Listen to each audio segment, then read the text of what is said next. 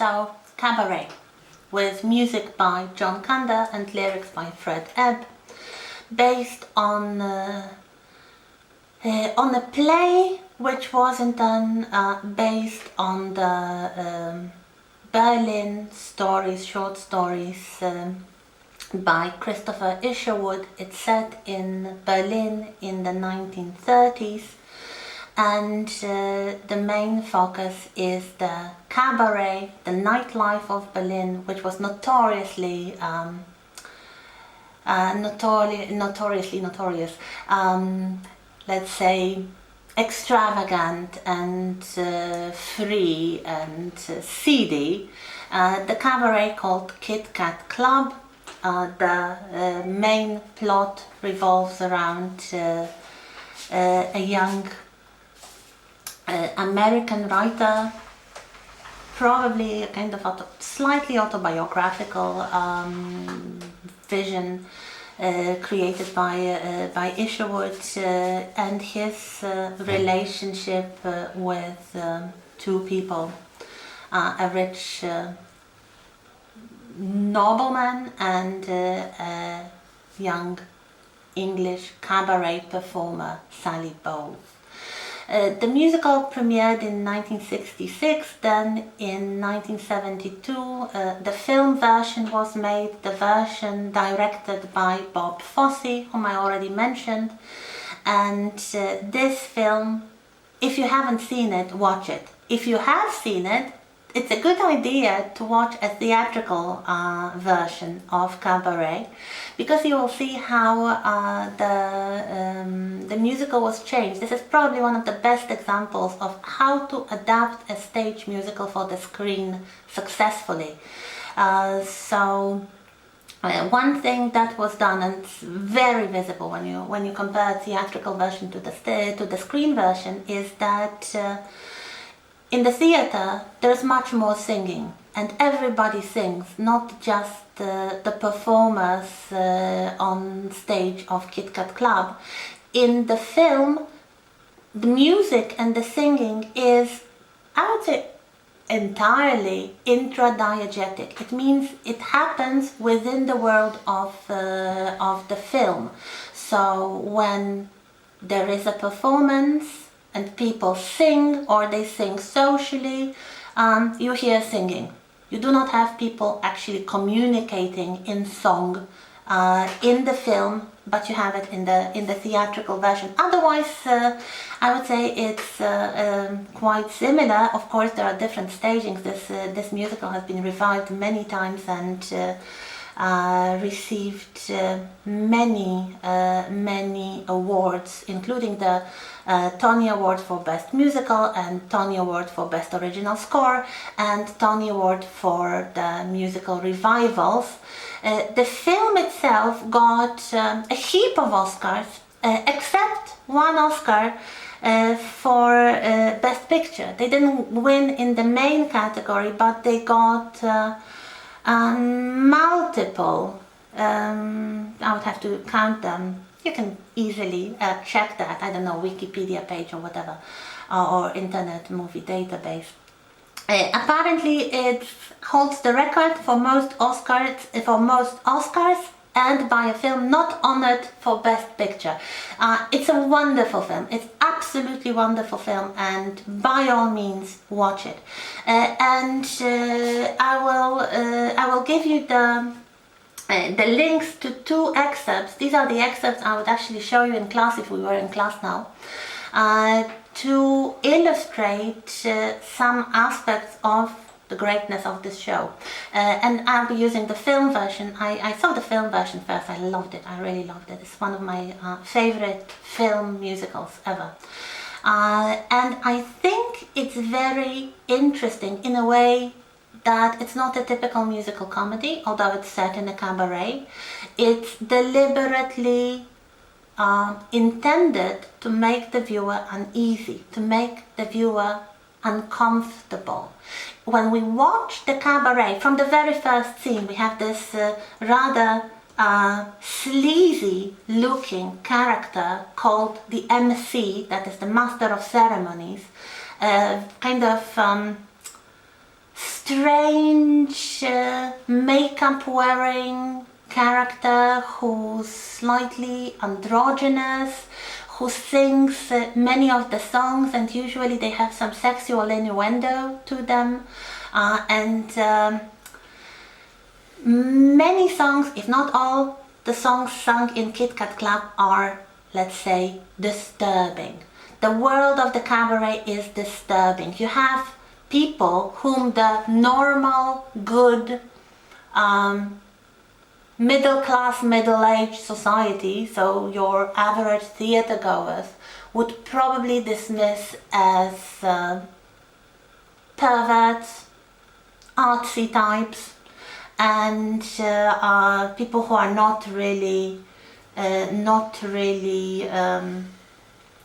respectable. They are not respectable, that's the point. They drink, they take drugs, they have abortions. We have probably the first time ever a good girl having an abortion. It's mentioned. It's easy to overlook if you're not looking for it, but this is what happens in this story. And they are bisexual or homosexual, so they do not behave like your average good bourgeois citizens. Even in the interwar period, this would be shocking. The interwar period was a time of, let's say, liberation of behaviors and values, but not that much. But Berlin was quite famous for its cabarets, for its what you now might call the LGBT scene, cross-dressers and prostitutes and any kind of demi-monde, let's say. So we have this cabaret where people go to enjoy the sleazy side of life. They go slumming, as the Victorians would say. They go to enjoy looking at those perverts, perhaps to think better about themselves, or perhaps to indulge in some sort of voyeuristic pleasure. And as I say, the songs in the film version of Cabaret are sung on stage of the cabaret. With one exception, we'll talk about it in a little moment. So the first song I'd like to focus now, and if you do not remember it, watch the link perhaps,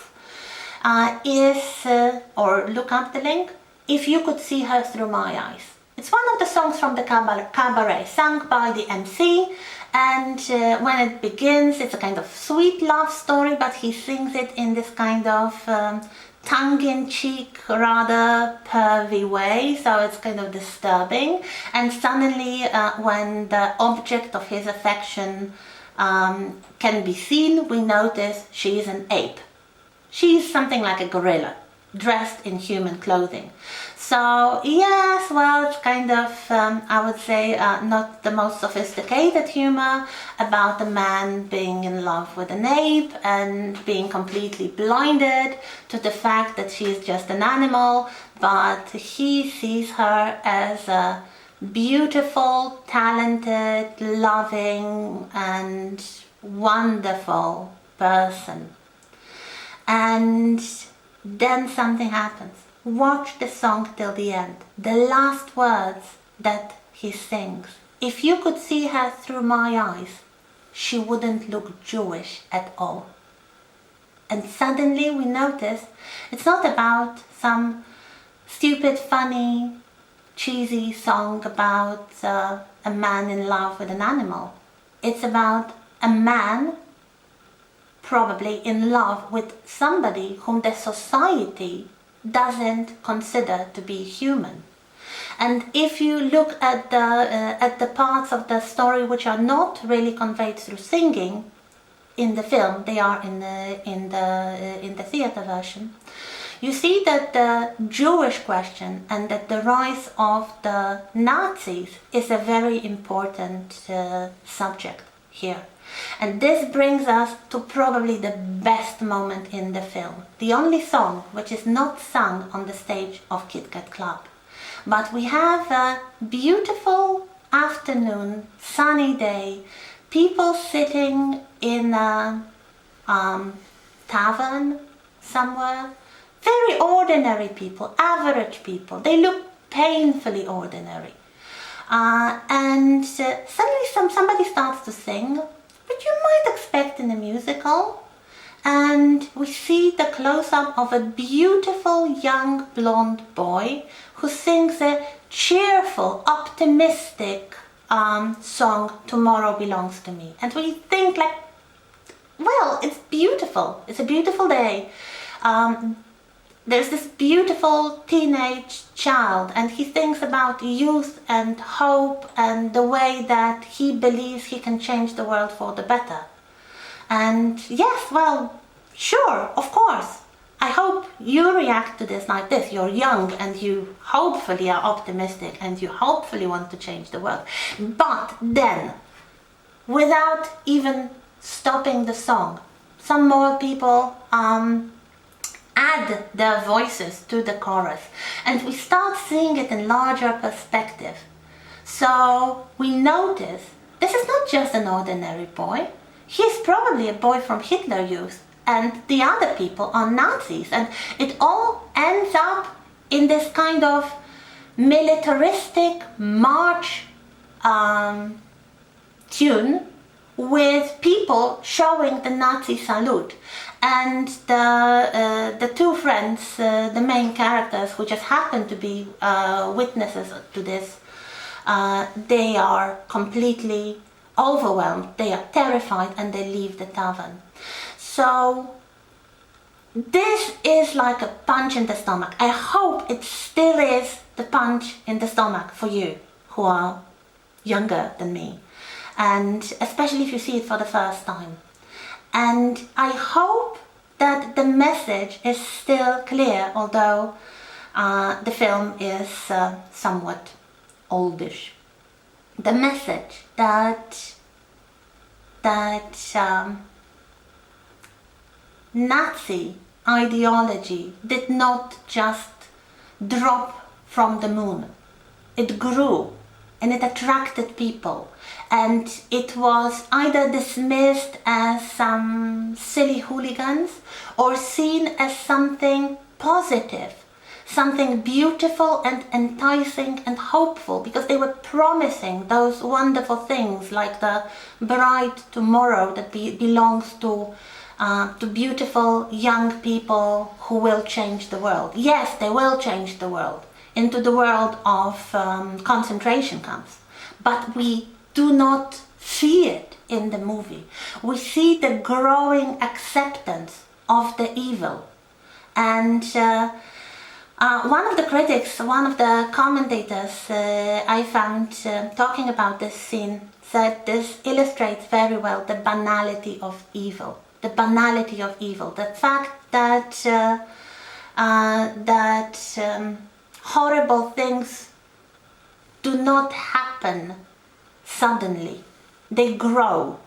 It's like this story about boiling a frog. You just heat up the water a little until the frog is cooked and dies, but it never jumps out because it doesn't feel the changes in the temperature. So this is probably the worst evil in the world, or one of the worst instances of evil in the world.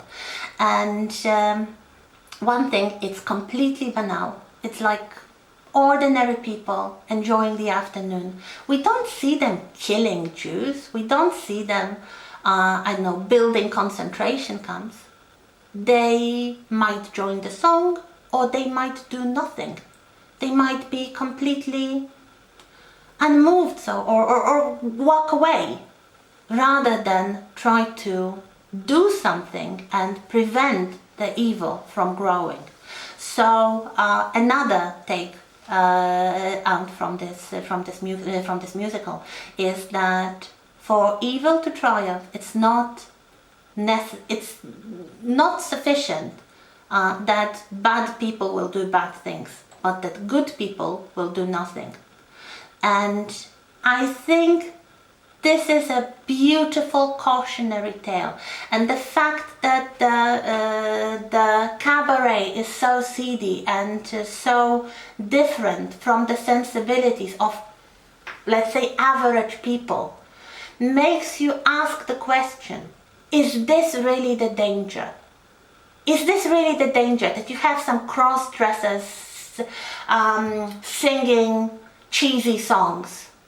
Or somebody, I don't know, enjoying a gay liaison, or somebody, I don't know, drinking or doing drugs. Is this really the greatest danger there is? Or rather, this ostensibly beautiful young people singing ostensibly wonderful and optimistic and uplifting songs, but these songs will be used to instigate war and genocide and such things. And as you will see, even in the moment in Hair, this subject, like, what is the real danger? What is the real evil? What should we be afraid of? Returns over and over and over again, and in a moment it will return in Hair.